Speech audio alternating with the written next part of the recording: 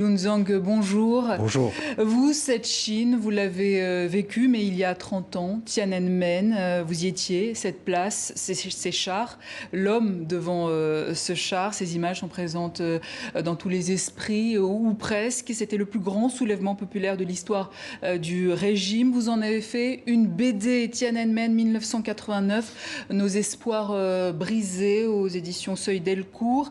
La Chine, 30 ans après, on l'a vu sur ces images, ça a changé ou pas? Ça change, mais en même temps, ça ne change pas. Tout le monde constate qu'il y a le développement économique spectaculaire, mais en même temps, la structure politique, l'idéologie reste toujours plus ou moins la même. Cela conduit à ce phénomène dont on vient de constater, vient de voir en Chine. C'est-à-dire un phénomène je l'appelle, je le nommais plutôt new totalitarisme à l'époque numérique. Donc c'est assez inquiétant. Oui, alors il y a 30 ans, Lunzang, vous étiez jeune professeur de sociologie, bourré d'espoir, le vent du changement soufflait en Chine, vous manifestiez jour et nuit sur la place Tiananmen, pacifiquement, grève de la faim, c'est ce que vous racontez, vous avez joué un rôle clé dans ce mouvement, l'organiser de façon cohérente, éviter la violence qui risquerait de vous décrédibiliser aux yeux des dirigeants, mais face au char de Deng Xiaoping, vous n'aviez finalement d'autre choix que de fuir. Quel est le pire souvenir que vous gardez de cette époque? Vous savez que il faut comprendre une chose. C'est ce que je dis tout le temps pour comprendre les années réformes en Chine, pourquoi il y a eu la réforme, il faut comprendre la révolution culturelle. Mais pour comprendre ce qui se passe actuellement en Chine, il faut comprendre 89. Et donc, 89, on essaie de faire avancer la réforme, comme vous dites, de manière pacifique, justement pour que la Chine puisse franchir certaines étapes avec le développement économique pour s'accompagner d'une réforme politique, permettre à la Chine, aux Chinois, d'avoir plus de liberté, une garantie de liberté, de l'état de droit. C'est ce que vous recherchiez à l'époque, liberté, cette démocratie. Voilà, tout à fait. Malheureusement, ces espoirs sont brisés. Ce que j'insiste toujours, parfois, il y a certains malentendus que les gens ils pensent qu'à l'époque, il s'agit d'un révolte pour renverser le gouvernement, etc. Ce n'était pas le cas. C'est plutôt qu'on voulait, dans un contexte de la réforme, on voulait continuer la réforme de manière pacifique. Bien sûr. Mais malheureusement, justement à cause de cette répression, le consensus de réforme de manière pacifique, progressive, est brisé.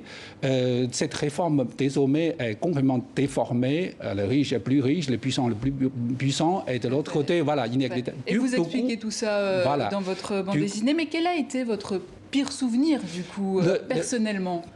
Le pire souvenir, c'est comme tout le monde, constater tous ces efforts, tous ces bonnes volontés sont brisés, ces événements terminés dans une peine de sang.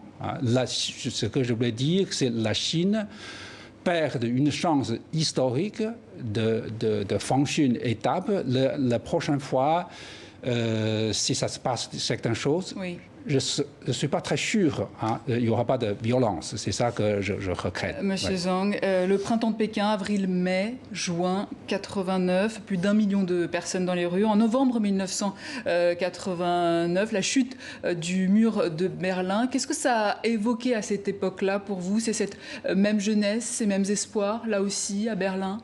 Oui, c'est que c'était la période de grand vent pour la liberté qui souffle dans le monde entier. Même en Chine, on a connu cet échec, mais certains résultats qu'on a constatés dans le monde, comme vous dites, la chute du mur de Berlin, la fin du bloc Union soviétique marque l'histoire contemporaine. Donc, je pense que la Chine, tous ces revendications de 89 sont toujours des sujets d'actualité. C'est bien. Au Soudan, par exemple, on en a parlé voilà, tout à l'heure, en Algérie, tout ça. Même en Chine, hein, les revendications de 89 sont toujours des sujets d'actualité. Si vous regardez bien, les premières revendications de 7 points sont tous des sujets d'actualité. Par exemple, il faut publier les richesses des gardes, sont toujours des sujets d'actualité. Un état de droit, je ne pense pas que la Chine peut vraiment franchir certaines étapes de modernisation sans régler tous ces défis. Et rapidement, juste pour savoir, ces événements de Tiananmen sont toujours censurés actuellement en Chine? Bien sûr. C'est malheureusement qu'on constate comme nouvelle génération maintenant subir le contrôle, le mémoire est effacé beaucoup, mais quand même, il y a beaucoup de gens qui essaient de lutter pour garder le mémoire. C'est aussi pour cet objectif. J'essaie de rendre hommage aux étudiants et les citadins sont des véritables héros de cette affaire. Et depuis, vous êtes donc professeur d'université en France et donc auteur de Tiananmen 1989, Nos espoirs brisés, aux éditions Seuil Delcourt. Merci, Lun Zhang. Merci.